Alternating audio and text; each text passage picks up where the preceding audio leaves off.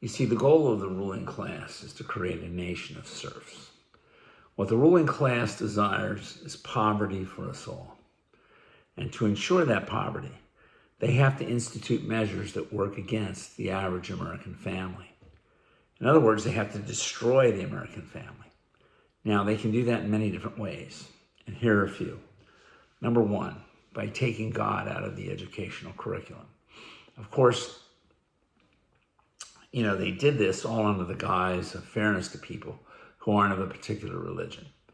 In this manner, removing God is spun as a good thing, done to protect the atheists and the people who aren't of that predominating religion.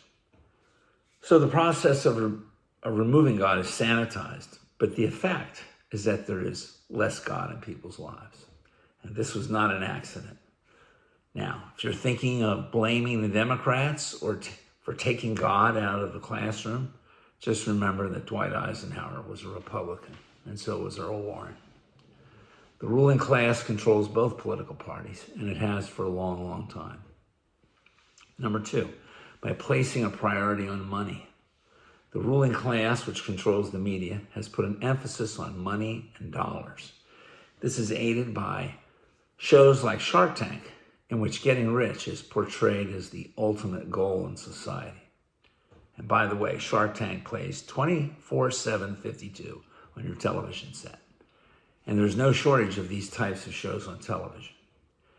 In the United States today, if you aren't rich, you're nothing. Honor means less today than in prior decades. Sports stadiums are now named after banks, not people who do honorable things. Connie Mack Stadium, Veterans Stadium, forget about it. Now we have Citizens Bank Park and Lincoln Financial Field. Now that tells you right there where society's priorities are. Is it any wonder that players go for the big bucks and have near zero loyalty to a team? Number three, by importation of drugs in massive quantities. Now, this was helped along by the CIA during numerous events in this country's history. It's not a one-off deal. They did it in Vietnam, they did it in helping the Contras, and they did it again in Afghanistan. Read Seth Harp's book, The Fort Bragg Cartel. Read Gary Webb's book, Dark Alliance. Seth Harp tells us that drug exports exploded when the U.S. took control of Afghanistan. The Taliban came in twice and shut down the drug trade. Wake up. Number four, by normalizing violence in our society. This is done through media, movies, and television. Violence is also normalized through sporting events like MMA. Many young kids are influenced heavily by MMA, and the take-home message here is that you can fix your problems by resorting to violence. Question asking, out the window. Violent behavior is also normalized through the music industry and the promotion of gangster rap. The ruling class, which controls the sports leagues in the United States, helps this along by putting gangster rappers in its halftime performances at the Super Bowl.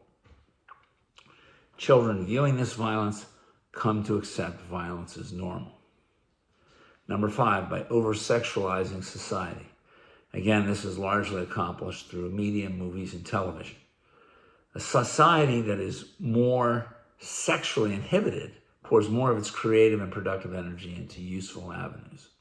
An oversexed society focuses on creature comforts, drugs, and debauchery. An oversexed society also reduces man to the status of a primitive animal, one focused on domination rather than cooperation. This, combined with a more violent society, induces a country to become a warrior state, which is what we have now in the United States. Moreover, when the people behave like animals, they give the ruling class implicit permission to treat them as animals. Additionally, oversexed societies produce much pornography that is dangerous to the developing child's psychosexual development. Number six, by numbering human beings. We are given social security numbers, driver's license numbers, NPI numbers, Medicare numbers, and such. Now, to a certain extent, this is helpful. If we go too far, though, it can be hurtful. Our human value is degraded by standardized tests and grading systems such as GPA, SAT, MCAT, and LSAT, and so on. At work, the Human Resources Department gives us performance evaluations and scores. The effect is to diminish the quality of who we are. You aren't a valuable human being anymore. You're just a number. Number 7, by creating a class of demigods known as superstars. The superstars are a special class of people created by the ruling class to control us. They will tell us what to think, where to go, who to patronize, and who to avoid. And they will do it because the ruling class rewards them with hundreds of millions of dollars and a first-class ticket on the jet, which can be revoked if they do not toe the line. And they will toe the line. Celebrities rarely protest war anymore. That ended with Vietnam. Nor did they speak up when the government instituted COVID-19 measures. In fact, the vast majority of them went along.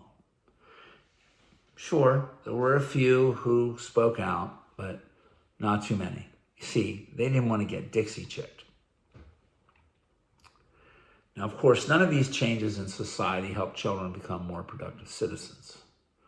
Plus, the gangster rappers who are held up as demigods are poor role models. And this is important to a struggling marginal family where you only have one parent and a marginal income. If you come from a great family with 2 parents and you have plenty of money, yes, you can possibly afford to mess around with drugs and get away with it. You have lots of reserve to help pull you out of your mess. This occurs less so in a marginal family. And so what happens is that these marginal kids become tipped over the edge. They become dysfunctional. And then when they become adults, they are even less equipped to raise kids than their parents were. They don't know how to resolve family problems peacefully. Their solution is screaming and violence. And so their kids will grow up in an even more dysfunctional environment. And when they become parents, their kids will in turn be even more dysfunctional. A vicious cycle downward develops. Now, this is what the ruling elite want. And the reason they want this is because they don't want any healthy, strong, intelligent people who will be able to challenge their rule in the future. So that's what you're up against. Compounding this is that the ruling class knows how to insert false prophets as leaders, thus Trump. Trump positions himself as the savior of the people. He knows how to talk to people. He panders to the lowest common denominator. He behaves in an uncivil, godless manner and makes jokes about people's facial appearances or their bodies. He calls them names. He also shows up at UFC and MMA events to help normalize the violence. Now, every now and then, he'll give the people a dog bone to make the people think that he's one of them. For example, he gave tax breaks on tips for restaurant workers. And so the vast majority of people think, hey, that's great. That's good for the people. That's good for me. He's one of us. Unfortunately, his supporters don't ask questions. They don't ask questions like, how many people work in the restaurant industry? And how many people will this tax break benefit? And how will this little dog bone make a big change in society?